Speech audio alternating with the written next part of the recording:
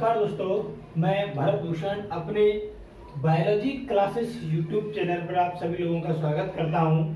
आप लोगों को पता है कि मैंने कल आप लोगों के लिए एक जो है मॉलिक्यूलर बायोलॉजी का छोटा सा टॉपिक सेंट्रल डोग्मा के बारे में कल आपको बताया था, थोड़ा बहुत बताया। अब उसी से थोड़ा आगे हम जो है मॉलिक्यूलर बायोलॉजी में एक टॉपिक है जिसका नाम है न्यूक्लिक एसिड और जेनेटिक मटेरियल। न्यूक्लिक एसिड और जेनेटिक मटेरियल ये मैं आप लोगों को आज बताने वाला हूँ। इसको बताने से पहले आप लोग जो है वीडियो को लाइक करें और शेयर करें और यूट्यूब चैनल को सब्सक्राइब करें। चैनल को आप सब्सक्राइब जरूर करिएगा, क्योंकि आप चैनल को सब्सक्राइब करेंगे तो आपको जो है नोटिफिकेशन जो होते हैं वो आपके पास आते रहेंगे और आप जो है बायोलॉजी क्लास को आराम ले पाएंगे। तो देखिए न्यूक्लिक एसिड, बस क्या पता न्यूक्लिक एसिड के बारे में जो है आप सभी को पता होगा, लेकिन फिर भी मैं बता देता हूँ कि न्यूक्लिक एसिड जो है वो कोशिका के केंद्रक में पाया जाता है। कहाँ पाया जाता है? कोशिका के केंद्रक में। अब देखिए कोशिका के केंद्रक में न्यूक्लिक एसिड उपस्थित होता है, ठीक, जिसे हम जेनेटिक मटेरियल कहते हैं, जेनेटिक मटेरियल कहते हैं। अब न्यूक्लिक एसिड के बारे में किसने बताया? ये देखिए, सबसे पहले एक साइंटिस्ट थे फ्रेडरिक मिशर। कौन से थे? Friedrich Miescher.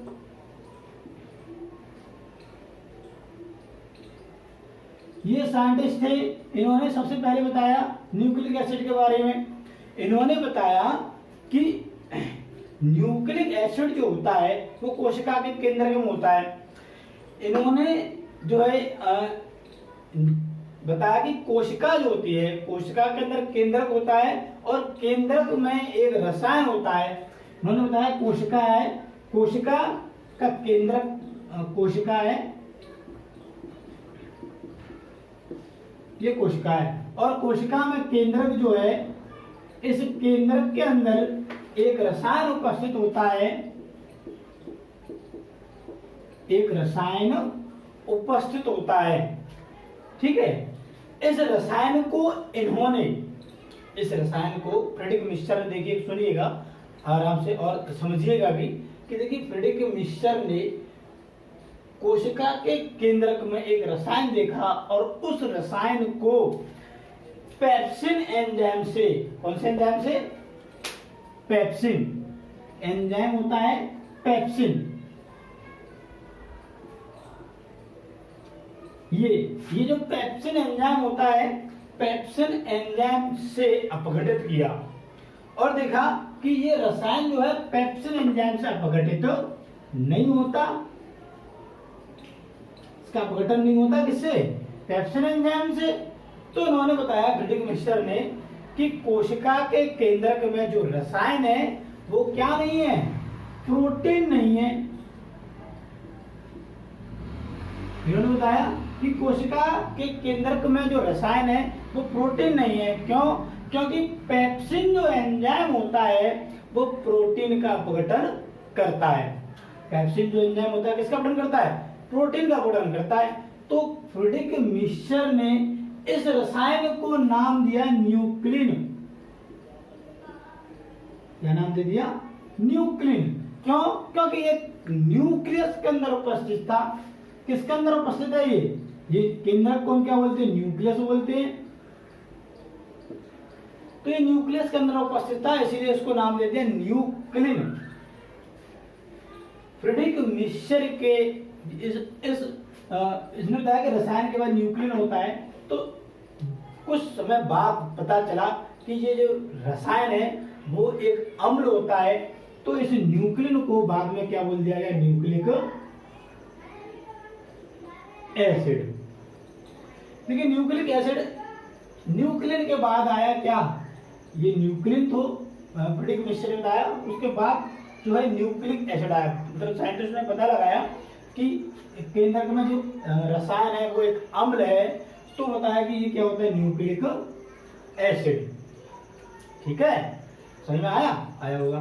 देखिए कोशिका है, कोशिका के अंदर केंद्रक है, केंद्रक के अंदर एक रसायन है जिसको फ्रेडरिक मिशर ने न्यूक्लिन बताया, क्योंकि न्यूक्लियस के अंदर उपस्थित था, और उसको बताया ये क्या? Nucleic acid. बाद में पता लगा ये न्यूक्लिक एसिड है। अच्छा, उन्होंने पेप्सिन एंजाइम को उपयोग किया उसको अपघटन करने के लिए, केंद्रक का अपघटन करने के लिए। तो पेप्सिन एंजाइम से ये रसायन अपघटित नहीं हुआ, क्योंकि पेप्सिन एंजाइम क्या करता है, वो प्रोटीन को अपघटित करता है। किसका अपघटन करेगा, प्रोटीन का अपघटन करेगा, इसलिए वो जो है इस रसायन का अपघटन नहीं कर पाया।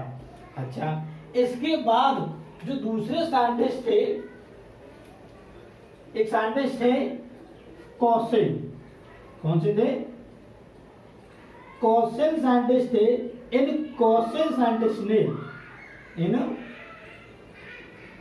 साइंटिस्ट ने बताया कि जो न्यूक्लिक एसिड है, क्या, न्यूक्लिक एसिड, उस न्यूक्लिक एसिड में जो है 4 प्रकार के नाइट्रोजन युक्त पदार्थ उपस्थित होते हैं। उन्होंने बताया कि इसमें 4 प्रकार के N2 युक्त नाइट्रोजन युक्त पदार्थ उपस्थित होते हैं।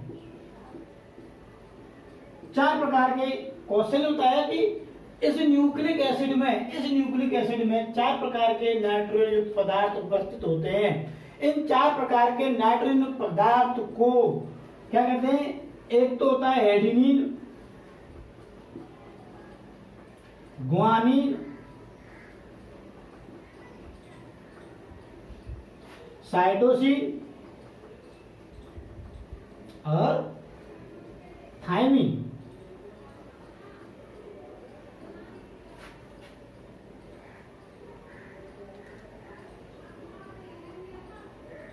ठीक है, ये 4 प्रकार के नाइट्रोजन क्षारक उपस्थित होते हैं। इनको 4 प्रकार के पदार्थों को बोलते हैं एडेनिन, गुआनिन, साइटोसिन और थायमिन। इन 4 प्रकार के पदार्थों को बाद में नाइट्रोजन क्षारक कहा गया। इनको क्या कहा गया, N2 बेस। इनको बेस बोला गया, क्या बोला गया, ये N2 बेस है, क्या ये क्षारक हैं। बाद में 4 प्रकार के नाइट्रोजन क्षारक क्या बताया गया, ये नाइट्रोजन जो है क्षारक है। ठीक है, कौशल ने बताया कि एडेनिन, गुआनिन, साइटोसिन, थायमिन उपस्थित होते हैं किसमें, न्यूक्लिक एसिड में। ठीक है, न्यूक्लिक एसिड में ये 4 प्रकार, इन्होंने इसका जो है न्यूक्लिक एसिड का जलीय अपघटन किया था। जलीय अपघटन से ये 4 प्रकार के नाइट्रोजन क्षारक इन्होंने पता लगाए। ठीक है, न्यूक्लिक एसिड के। चलिए और थोड़ा सा आगे बता देता हूँ कि देखिए ये तो आपको समझ में आ ही गया होगा। थोड़ा और चलते हैं आगे कि एक साइंटिस्ट और थे जिन्होंने न्यूक्लिक एसिड के बारे में बताया कि ये जो थे, एक साइंटिस्ट थे P8011।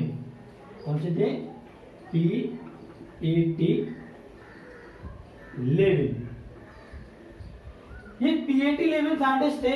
इन्होंने बताया कि जो न्यूक्लिक एसिड है, क्या, न्यूक्लिक एसिड, इस न्यूक्लिक एसिड में एक शुगर उपस्थित होती है जिसका नाम उन्होंने बताया राइबोज शुगर।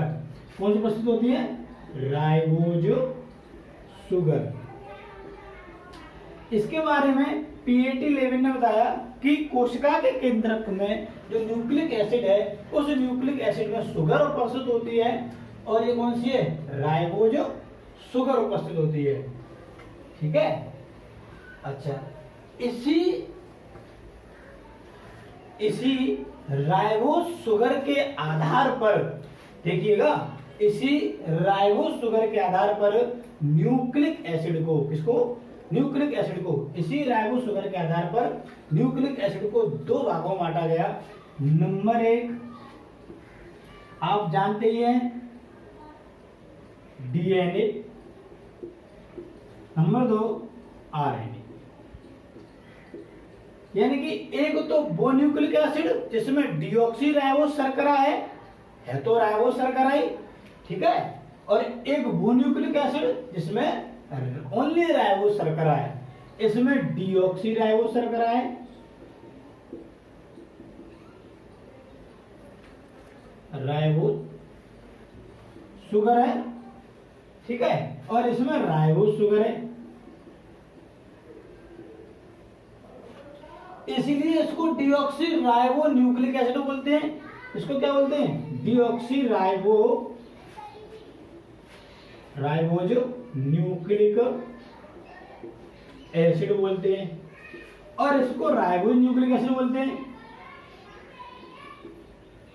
क्या बोलते हैं इसको, राइबोज न्यूक्लिक एसिड बोलते हैं। ठीक है। अच्छा, फ्रेडरिक मिश्र ने एक बात और बताई कि ये जो न्यूक्लिक एसिड है इसमें फॉस्फेट और नाइट्रोजन क्षारक, देखिएगा उन्होंने बताया इसमें, फ्रेडरिक मिश्र ने बताया कि इसमें फॉस्फेट तो उपस्थित होता है लेकिन सल्फर उपस्थित तो नहीं होता। फ्रेडरिक मिश्र ने बताया कि ये न्यूक्लिक एसिड जो है इसमें फॉस्फेट उपस्थित होता है लेकिन क्या नहीं उपस्थित होता, सल्फर नहीं उपस्थित होता। ठीक है, तो देखिए न्यूक्लिक एसिड का कंसेप्ट आपको अच्छे समझ में आया होगा। मैंने बता दिया कि फ्रेडरिक मिश्र जो थे उन्होंने ये बताया। अच्छा, न्यूक्लिक एसिड में अब दो प्रकार के न्यूक्लिक एसिड है हमारे पास, एक तो डीएनए और दूसरा है कौन सा, आरएनए। अच्छा, दोनों ही न्यूक्लिक एसिड जेनेटिक मटेरियल है, दोनों ही न्यूक्लिक एसिड क्या है, जेनेटिक मटेरियल है, आनुवंशिक पदार्थ है। डीएनए ऑलमोस्ट सभी जीवों में न्यूक्लिक एसिड है, न्यूक्लिक आनुवंशिक पदार्थ है। ठीक है, डीएनए जो है ऑलमोस्ट सभी जीवों में आनुवंशिक पदार्थ होता है और